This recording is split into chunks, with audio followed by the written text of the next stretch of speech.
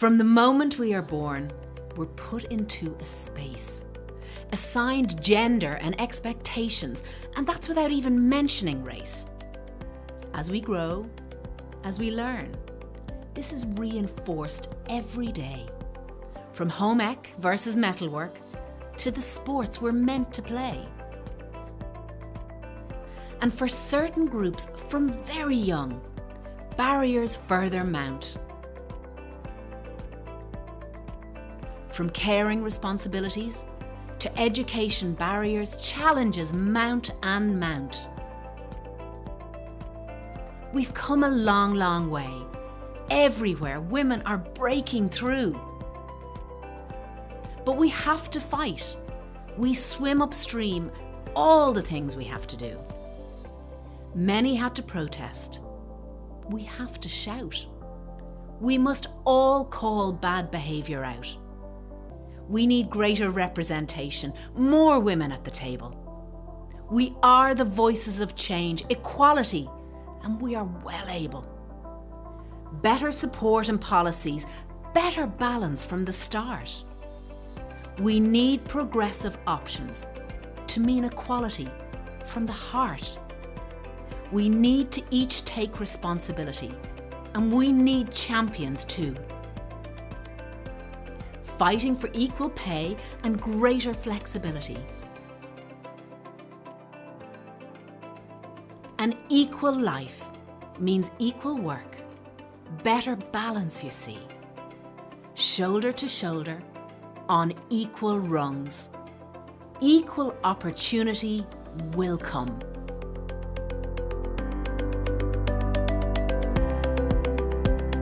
I'm Sonia Lennon, founder of Dress for Success Dublin and your host for today's IWD 2021 Choose to Challenge webinar.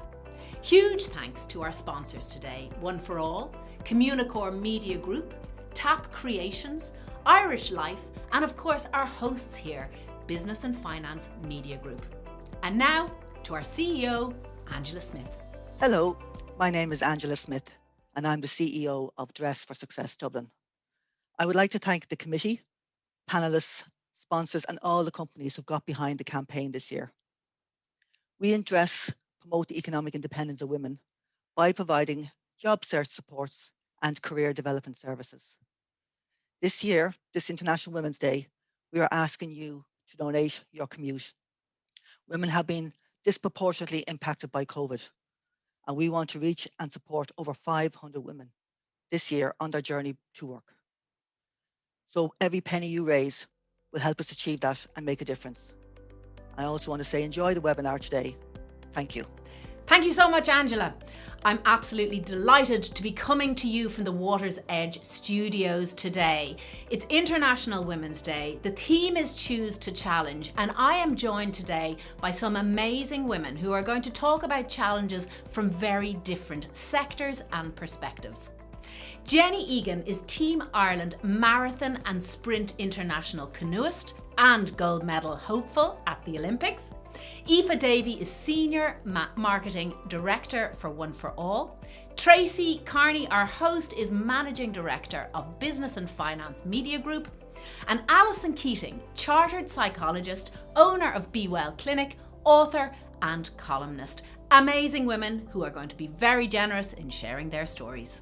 The theme this year for IWD, Choose to Challenge, is kind of a fascinating one, because one of the biggest things that we face as women in the workplace is understanding the challenges we face. And I think now, particularly in times of COVID, we have seen challenges rise to the surface that we didn't even know existed.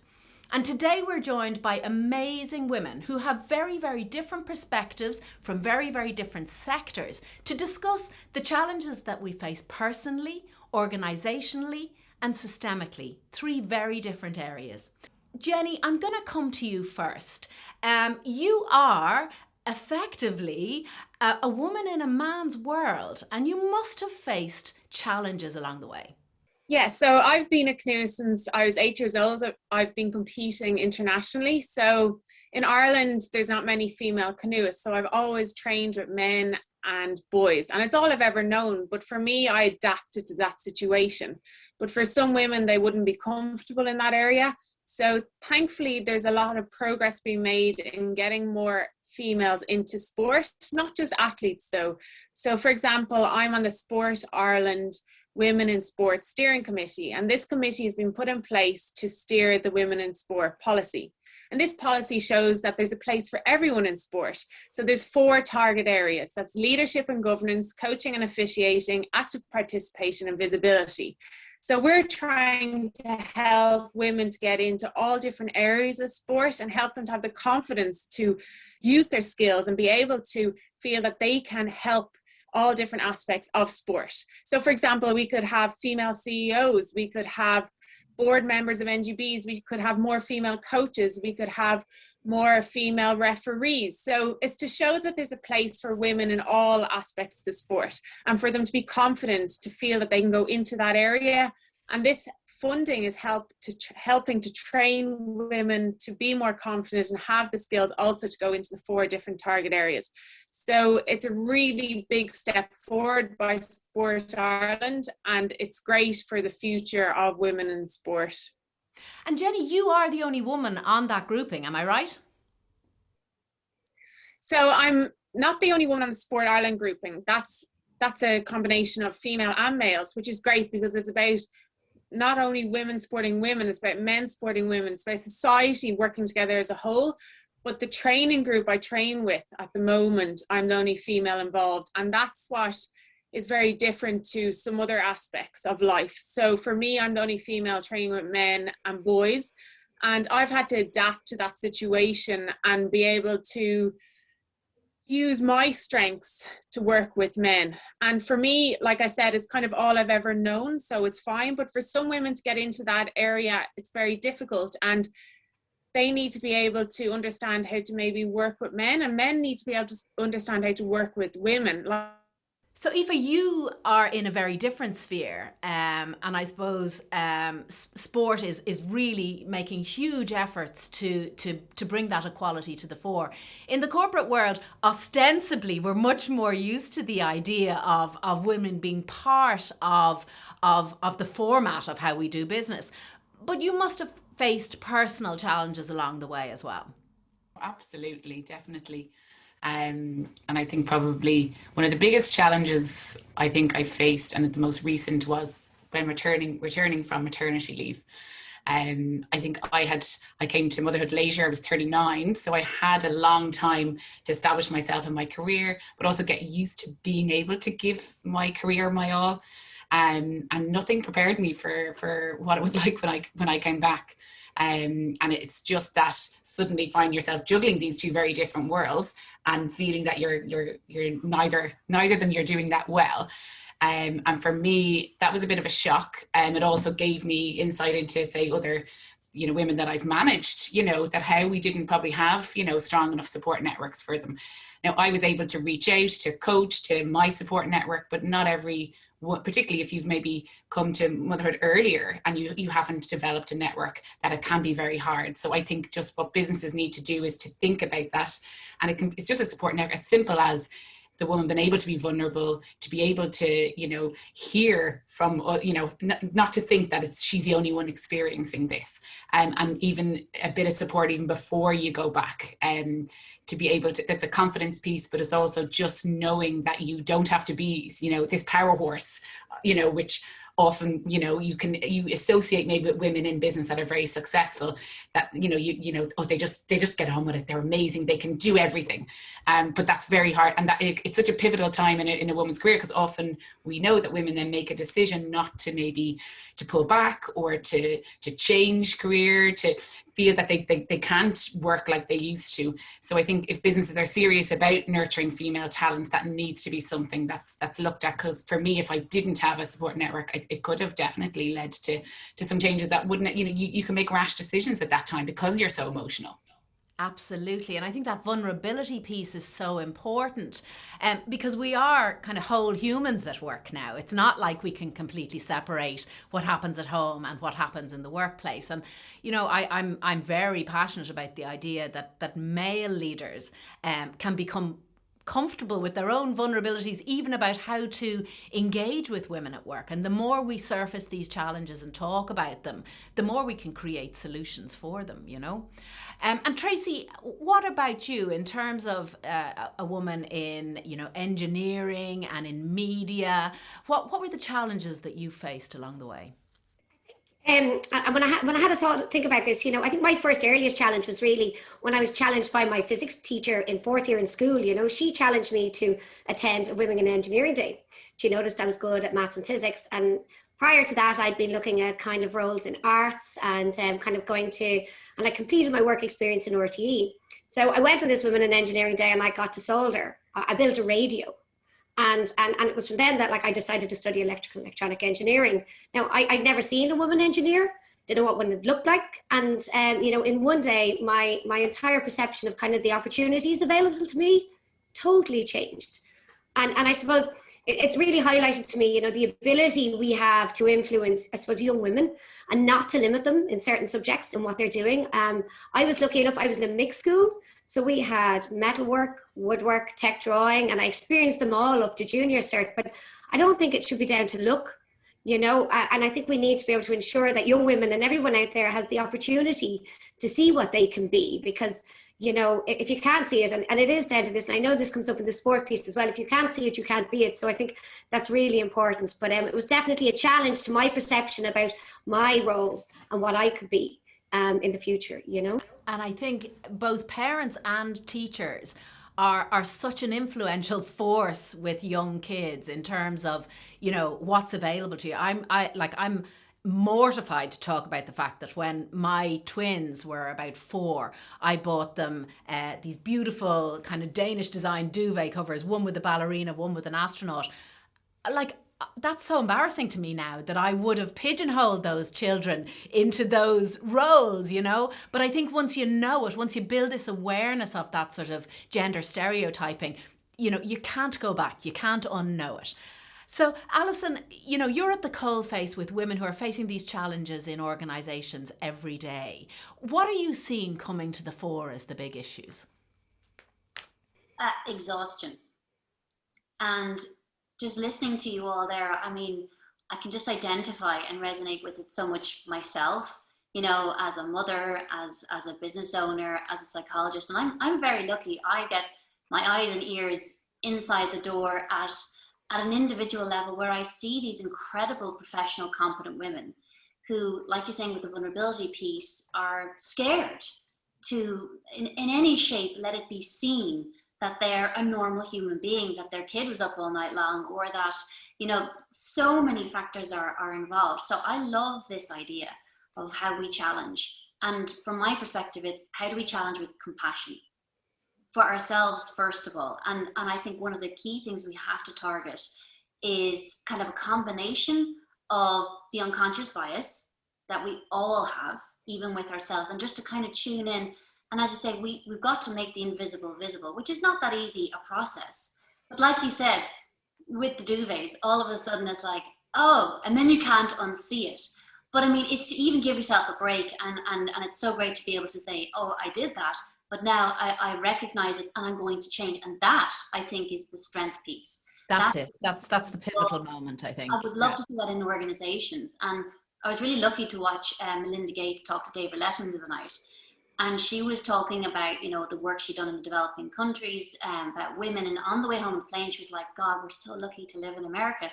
And then she started thinking, actually, how much further ahead are we in terms of, you know, she looked at the percentages of, you know, CEOs that were women, and it was dismal. So then she's like bringing it right back, and it's that systemic piece. And she was like, you know, how does it work within the home? So their daughter wanted to go to a school that was quite far away. And all of a sudden, you know, it was kind of going on her that she would do that drive. And she just stood up and she said, hey, you know, Bill, okay, let's do this, but I'd like you to do 2 days a week. So he agreed, and he did the 2 days a week. And then 1 month later, one of the moms said, hey, Melinda, do you see what's happened here? And she was like, oh yeah. And the carpool had changed from being all women to half men. And she said, do you know what happened? We went home and said, Bill Gates can do it. Well, he's quite the draw in the car park at the school, I'd say. So Jenny, I spoke a little bit about early sort of engendering, and I know you're very passionate about that, about the role of parents and teachers in kind of broadening the horizons of young girls particularly. You might talk to us a little bit about that. Yeah, so as you said, parents are the first role models for children, and the parents need to change how they look at life and how females and males should be equal.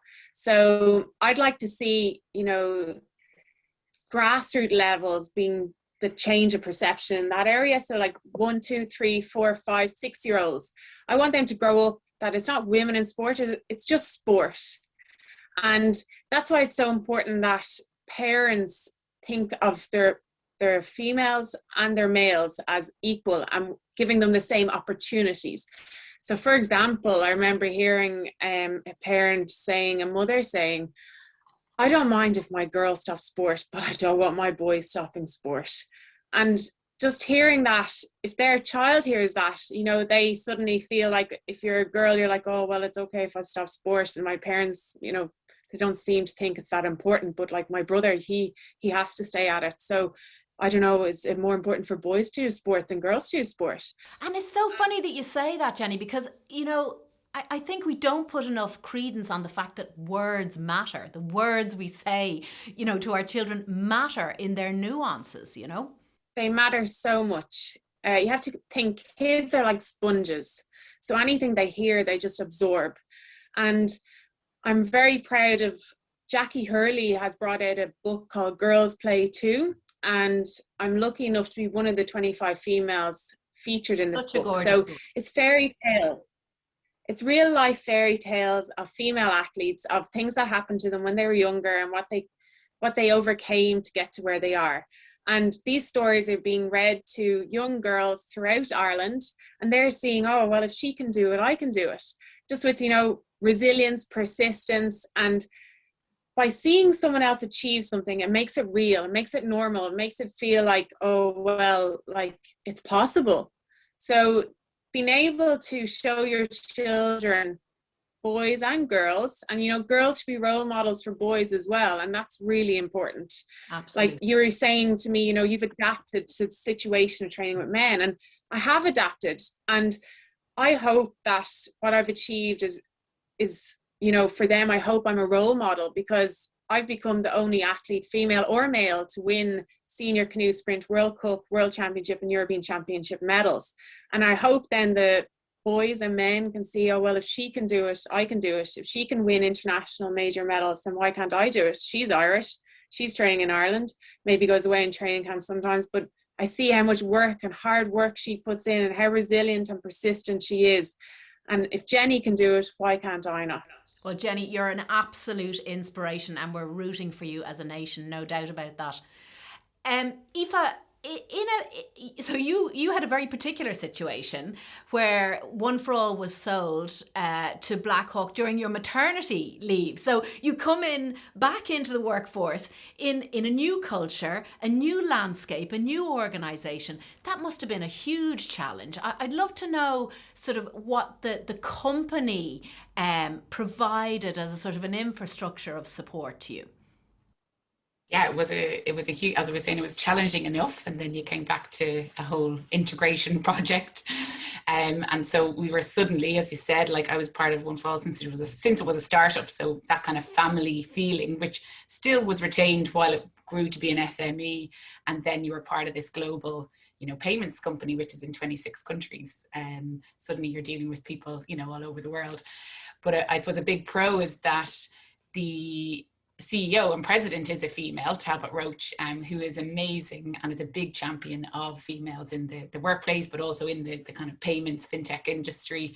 Initiative she's part of this year, which is amazing, which is providing mentorship for women in the payments industry. So you're paired up on a 6-month basis with someone. And I think what the advantage that I felt this has brought to me is definitely networking. And I think networking there's so much merit in it. And it can maybe typically was something that men were better at. But networking can take many different forms. And particularly now, thanks to COVID, it doesn't have to be events that you have to physically go to. They can be virtual, they can, the networks that I be part of now are, all over the world. But it's just that if you're, in terms of nurturing yourself and that leadership piece, it's so important, networking. That you feel plugged in almost to a structure. Yeah. And also that you just hear, other points of views that you wouldn't either. And it's that thing of not, you can, when life is busy, you can just be, maybe very into your own organization or your own industry. And it's just hearing those other points of view. And Tracy, you've got a really interesting perspective on it from a business and finance awards point of view. So, you're looking at organizations through a particular lens.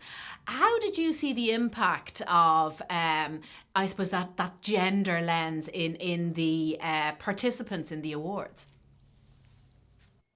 I'm now in my second year in business and finance, and I think when I first joined the company and as part of the first year judging process, we could see there was a real deficit of women in senior management, and also women on boards. And that year was the first year we introduced our very first diversity, equality, and inclusion category. But really, what we wanted to do was we wanted to make some kind of changes so that we were putting equality kind of at the core of the agenda, but in a really constructive way. So what we, working with Frances Rowan, the chairperson of our judging panel, we introduced new weighted criteria so that as part of the Company of the Year category, we requested information on headcount numbers and an overview of the executive profile of the companies. So this ensured, even through the judging process, that the conversation about balance within the businesses was built into the process. It wasn't something we just had to address while we were there. And also, I think for companies who were completing the application forms, they had to address their position in black and white. They had to actually write out exactly what was going on within their own companies. So I think really what happened was that our judges recognized the real importance of a diverse leadership team, and then kind of the resultant positive impact that it has had on business performance, and that that changed the businesses that rose to the top within the process. So it really was, over the 2-year process, it's really changed. And it's been really exciting. I love that, because it's such a baked in shift, that it's almost forcing the hands of the companies to realise this is a major issue and we need to address it. And Alison, there is no doubt that there is a responsibility on organisations to reframe how they engage to promote women in the workplace right up to senior executive level. What have you seen in terms of initiatives that can drive that forward? I think it's, we've seen companies have tried genuinely to help people throughout the pandemic, because they know that their mental health naturally is really fragile. Is a strong word, but I'm going to actually use it, because people have never experienced something that hits every aspect of their life, and everybody has been affected differently. But, I think the burden of recognizing, boundaries, and perhaps that's what I've seen, is that they're encouraging, that companies have given people days off. And I know it doesn't sound much, but that kind of nearly like a mental health day, I would love to see that, being built in a little bit more, that rather than just being out because you're sick, actually having the courage to say, and rather being stigmatized, that you're like, actually, I need a day off. I'm not feeling that I'm not feeling clear. When you're actually doing something, you were saying when you did your first presentation, when you came back, or Tracy, when you came back and you were teaching, you didn't feel it was your best self. And what you actually need in that moment is a reset button. Because what I'm feeling is, rather than kind of throwing up the balls in the air at the moment of life with all the different demands that people are having, it's just being able to step back and say, hey, I'm actually, we have the same level and equality for when you're physically sick as the day where you actually recognize, actually, I'm exhausted, I need a day where I refill. I think they're the type of initiatives. Absolutely. Because I think this is really fundamentally a sustainability issue. It's the sustainability of your workforce. And I suppose the bigger issue then is what are the big chunks that we can move forward? Jenny, if you had a magic wand and you could change one thing about the way women in sport was structured, what would you do? Yeah, that's an important question. And I'd just like to maybe touch on the Sport Ireland have brought in a maternity policy to help female athletes to get back competing after having babies. So before it was thought of, oh, you know, you have a baby, that's it, your sporting career is over. But now we can see more and more throughout the world that women are having babies and they're coming back and they're stronger than they've ever been. So I'd like to say well done to Sport Ireland for bringing in this maternity policy to support women to be able to have babies and come back and compete. And that's a big step forward because, you know, every female in society, I think, gets the question at a certain age. It's like, oh, you know, when are you going to have babies? Are you going to stop? Are you going to stop working? Or like, how are you going to continue working? And for me, it's like, I'm getting a question, oh, kind of, you know, when are you going to stop competing? You know, are you going to have a baby and that?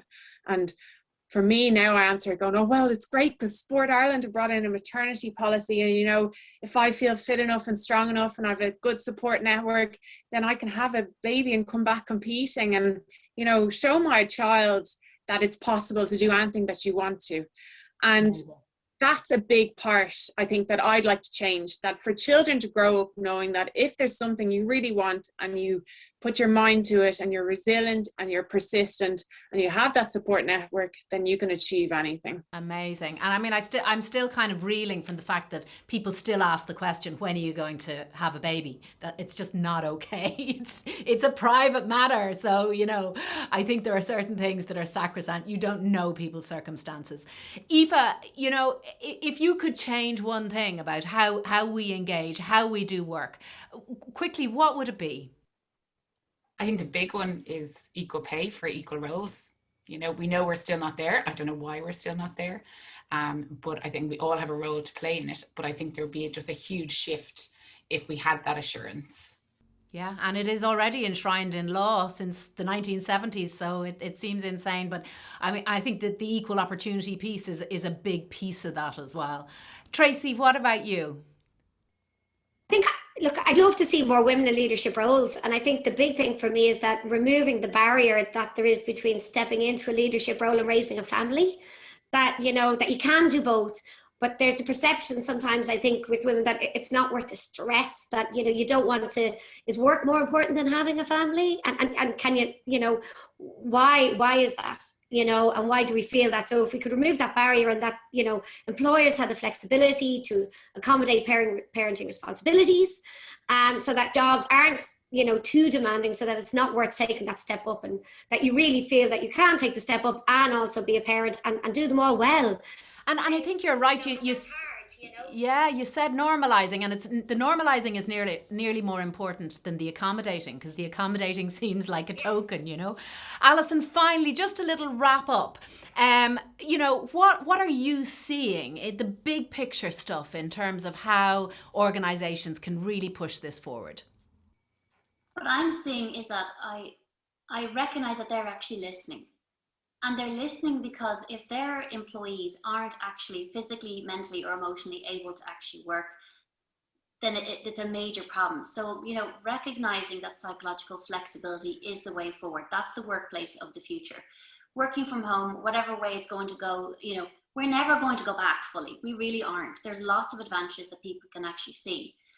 But I see that organizations need to start questioning kind of toxic presenteeism and toxic productivity, and that the mandate that's been sent out, that they're valuing work-life balance, it has to actually happen. So therefore the boss needs to stop actually sending that email, just have a quick look at this after a certain time, and maybe that permission piece, permission to log off.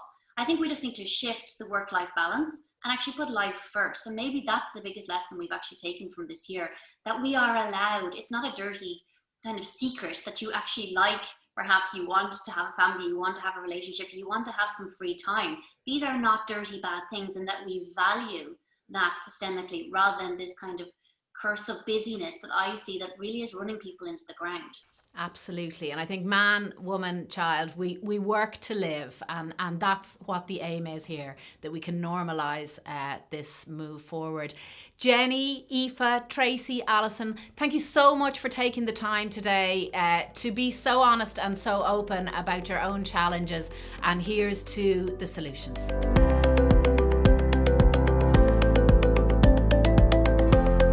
Hello, my name is Maureen Nivalcon. I'm the creator of Mo Style, Mo Talks, and now Misha Collars. 5 years ago, I underwent brain surgery for a condition called moya moya. During the surgery, I had a stroke. So when I woke up, I was unable to speak, read or write. 2.5 years later, I applied to Dress for Success as a stylist and they took me on. I absolutely love working with Dress, and I think that gave me the confidence to start my own businesses.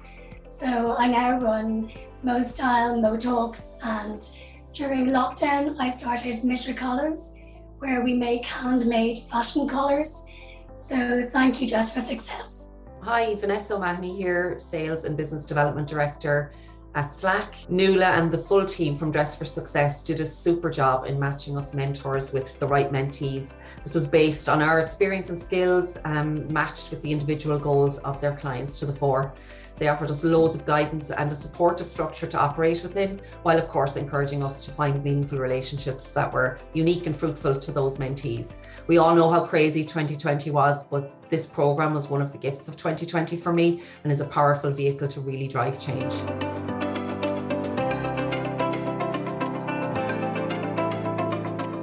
I'm delighted to be joined today by CEO of Unpust, David McRedmond. David, Unpust have positioned themselves, rightfully so, as an exemplar in terms of gender equality in Ireland. You might just tell our audience what you have done to achieve that. Well, hi, Sonia. I'm absolutely delighted to be here. Yeah, I think, look, what's happened in Unpust, it's as really part of the kind of transformation of the organization, is, we've rebuilt particularly the top of the organization, and absolutely at the forefront of that has been diversity, and in particular gender equality. So when I came into Unpust 4 years ago, the management team, much to my surprise, was 12 men, all of whom were very good and qualified and doing good work.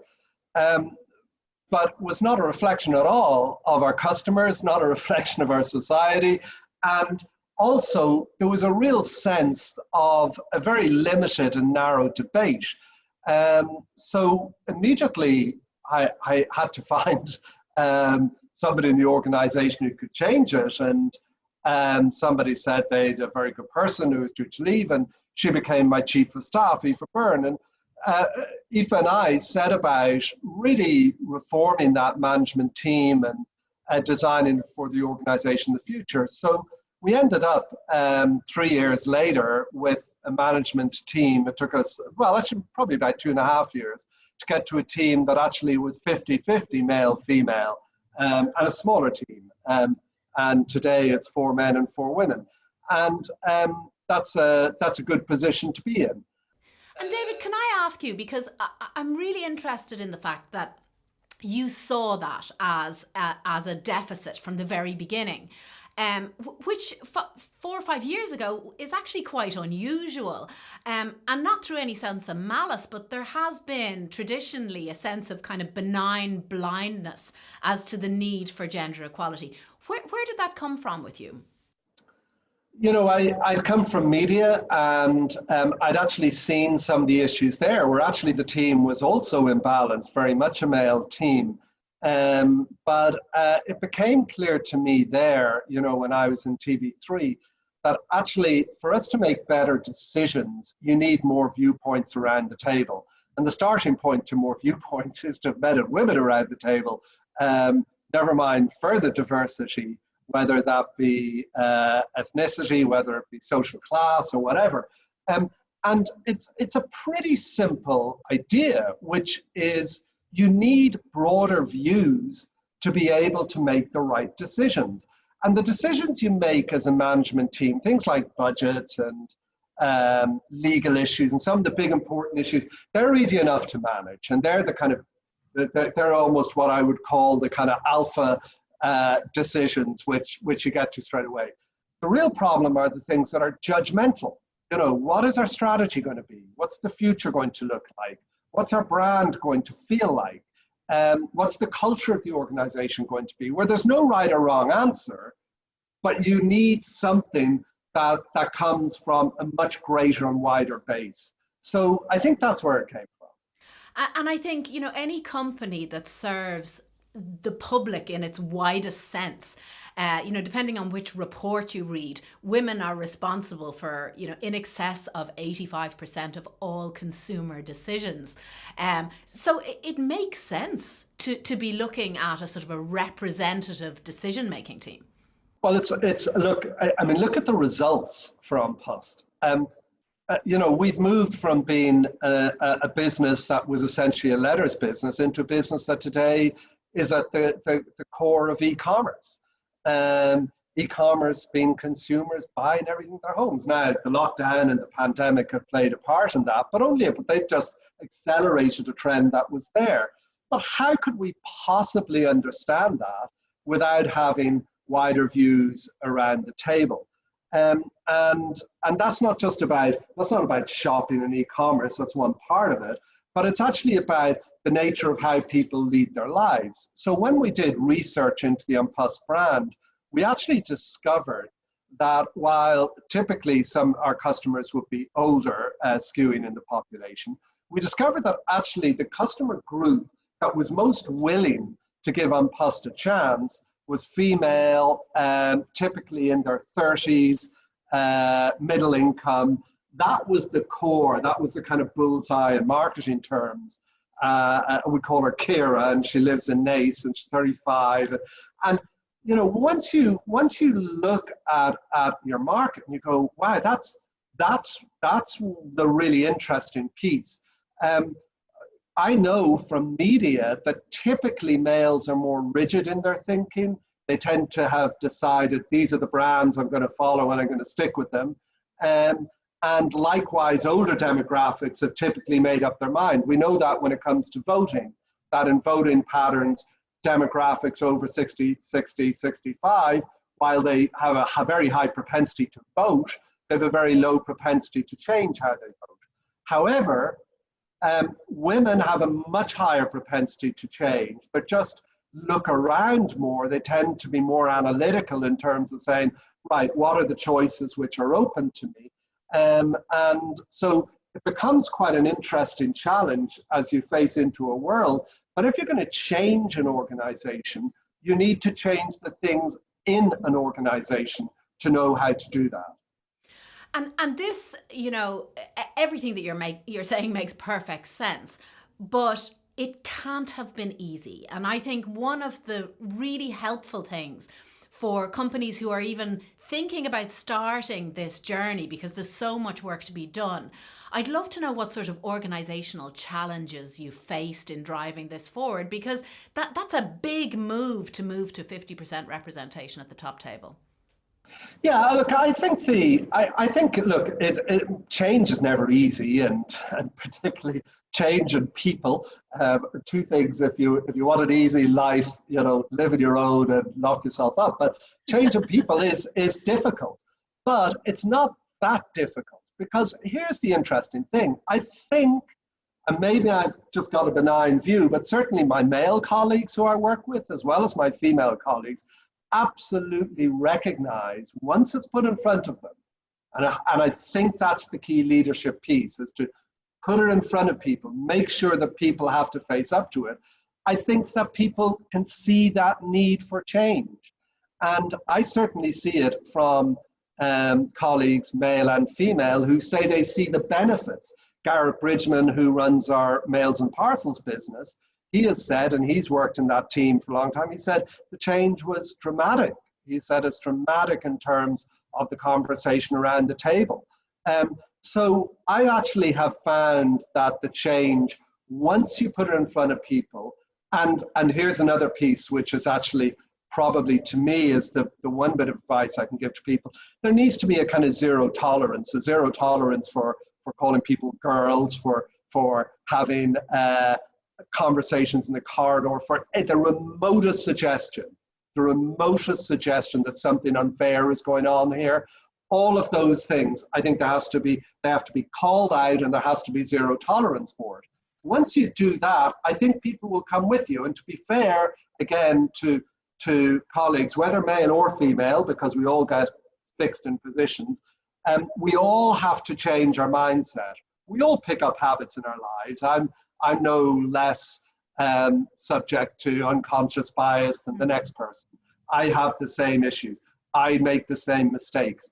But being honest about it and calling it out and getting your colleagues to call it out can be very useful. And I can tell you, it's been called out on me in meetings where I've used terms that people think shouldn't be used. Yeah, and this is an area that I'm particularly fascinated in, is this, I suppose, acceptance that you're going to have, many failures along the way, and that you need to be sort of humble enough to accept that and to create that culture where that, zero tolerance in one way, but in another way that you acknowledge that you're going to make mistakes.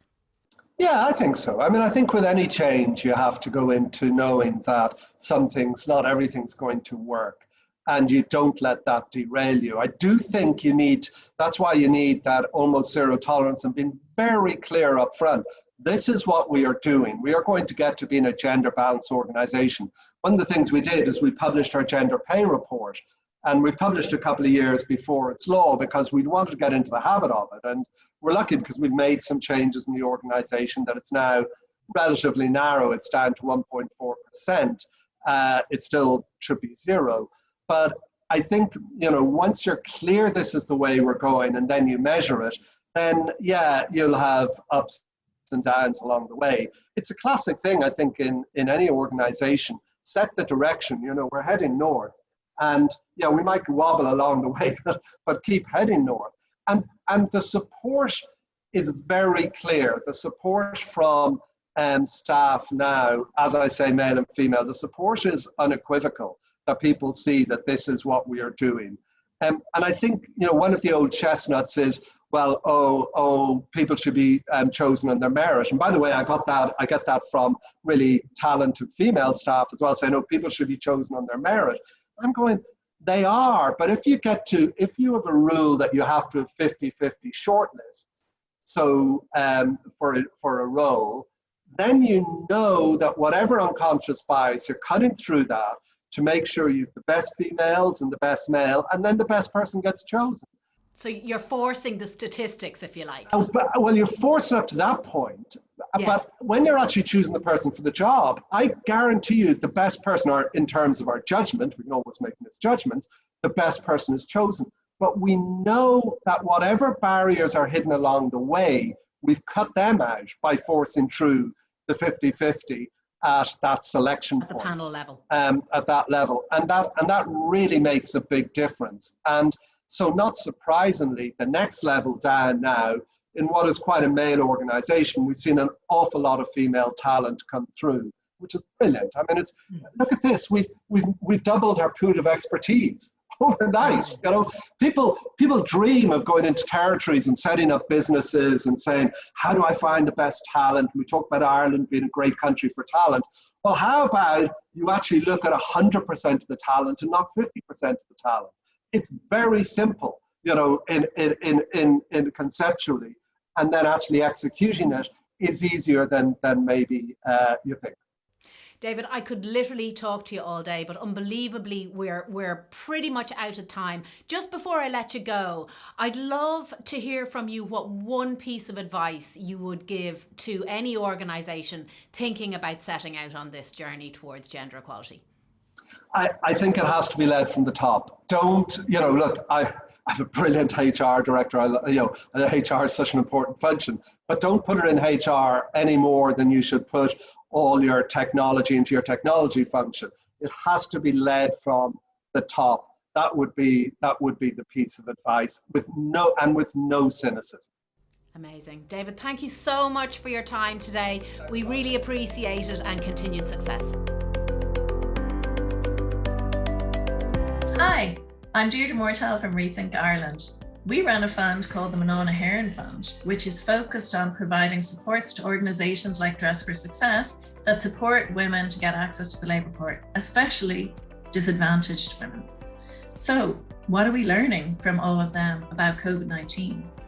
Well, we know that women are disproportionately losing their jobs because look, the tourism industry and the retail industry and the hospitality industry are closed. They're dominated by women.